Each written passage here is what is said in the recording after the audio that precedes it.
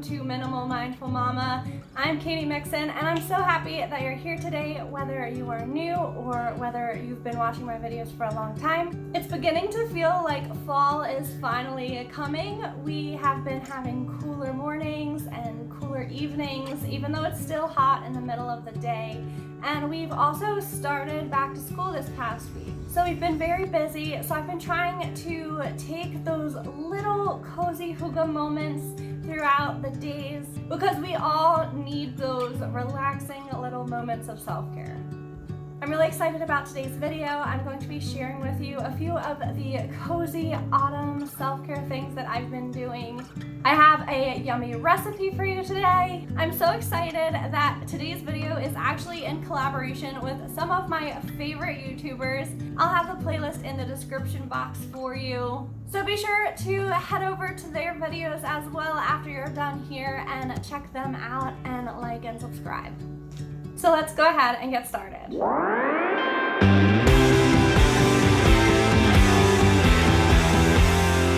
Around the time I had my second daughter, I discovered that I was feeling extremely overwhelmed and I felt like I couldn't keep on top of all of the work that needed to be done.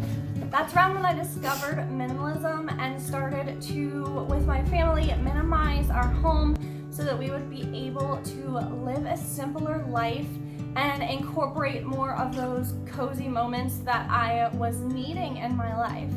We are now in a completely different season of life. We have 3 kids and my youngest is starting preschool. I've also started back to work full time with this school year, and so it's been a busy season of transition. It feels like living minimally and simply is more important than ever. As we try to manage the transition and the busier lifestyle, I found that those cozy hygge moments are shorter and fewer, but our family is just in a new season of life and we are busier overall, especially as we try to transition out of that lifestyle and into the working and school full-time lifestyle. I think back to school is always a transition period for families, so I'm hopeful that a lot of you can relate to this coming out of the relaxing season of summer and into the back to school season feeling. It's been really important that I'm intentional about fitting in those cozy moments or remembering to take a few moments to relax throughout the week. This can look different for everyone depending on what you enjoy, but I'm excited to share some of the things that I've really been enjoying in hopes that maybe you can incorporate some of these things into your routine and have those little cozy moments as well if you've been needing that time. The first thing I want to talk about today is actually my garden. So for a few years while my kids were small, I grew very discouraged with gardening. I felt discouraged about it for a while, but then I determined that this was just not a good season of life for me to attempt a vegetable garden while I had babies.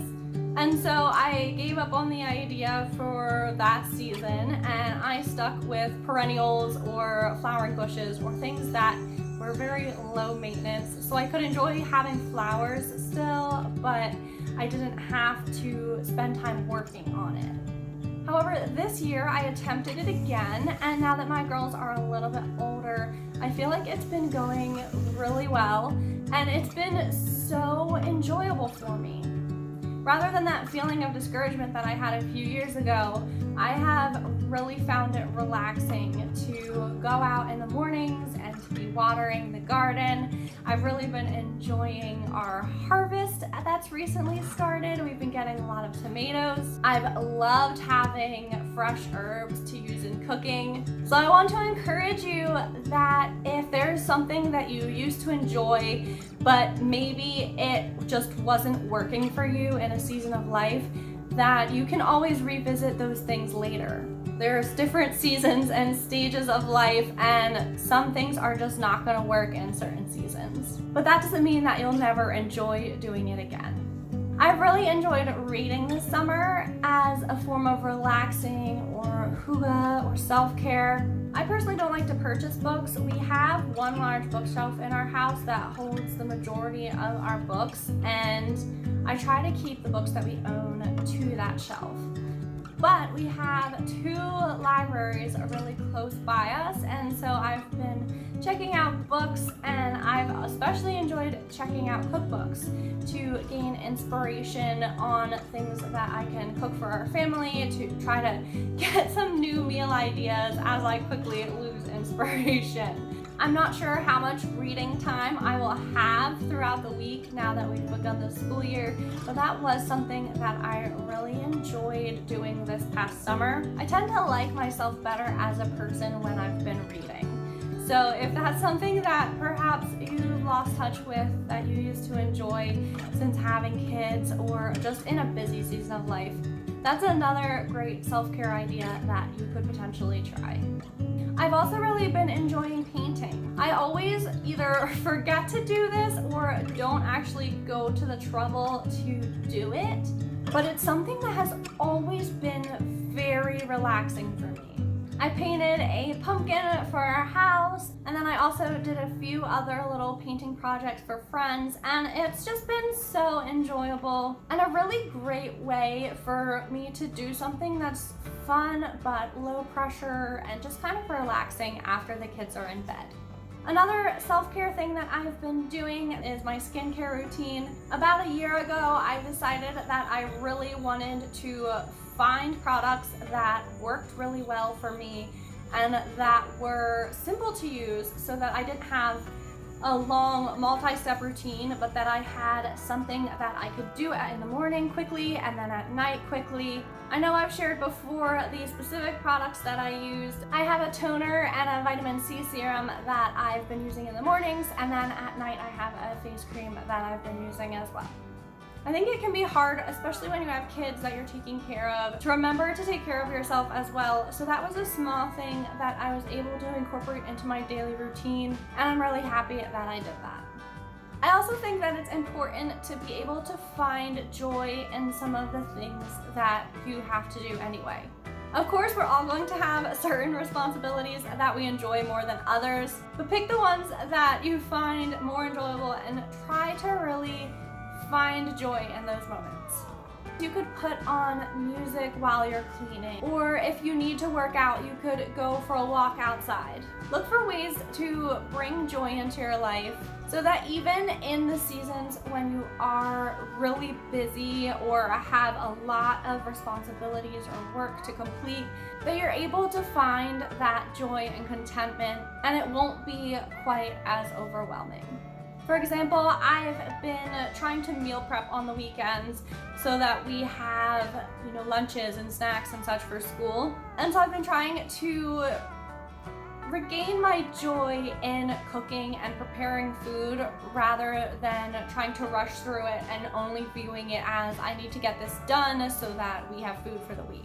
I don't necessarily have time to be trying out fun new recipes or all the things that I definitely enjoy about cooking, but I can usually find time every now and then to at least try one new thing. So I'm really excited to actually share this one recipe with you.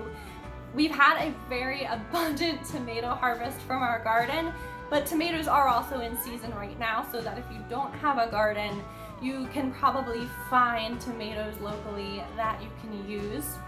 It's a relatively simple recipe. You mostly just chop up the ingredients and then you let it simmer for a while, which I love because then it makes your house smell wonderful, but it doesn't require you to sit there and watch it for a very long time. And then I love being able to put it into jars, and then I can either gift it away to friends, store it for later, or I've been enjoying having it on eggs in the mornings. I'm sure there's a variety of things that you could use this for, so I'm really excited to share this recipe with you. So we're gonna make a tomato chutney with the tomatoes from my garden because I have so many, but you could obviously make this with other tomatoes, as well as you could decrease the amount that you make. So I'm making a really big pot today because I have a lot of tomatoes, but if you don't have a ton of tomatoes to use up, then definitely you can decrease the amount. The thing we're gonna do is add some olive oil to our pot.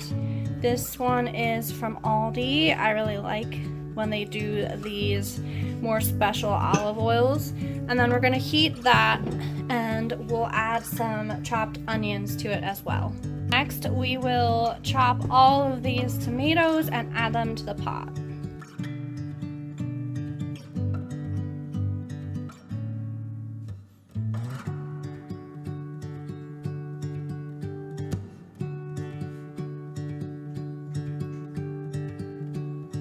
Next, we're going to chop up an apple and add that. Next, we're going to add about 1.5 cups to 2 cups of vinegar for this amount. And you can use apple cider vinegar as well if you have it, but I only had white vinegar today, so that's what I'm using. Next, we're going to add our sweetening. That could either be brown sugar or I'm going to use agave.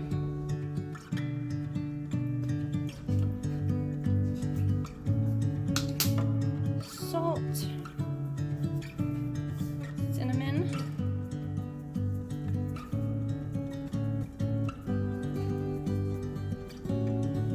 and some ginger as well.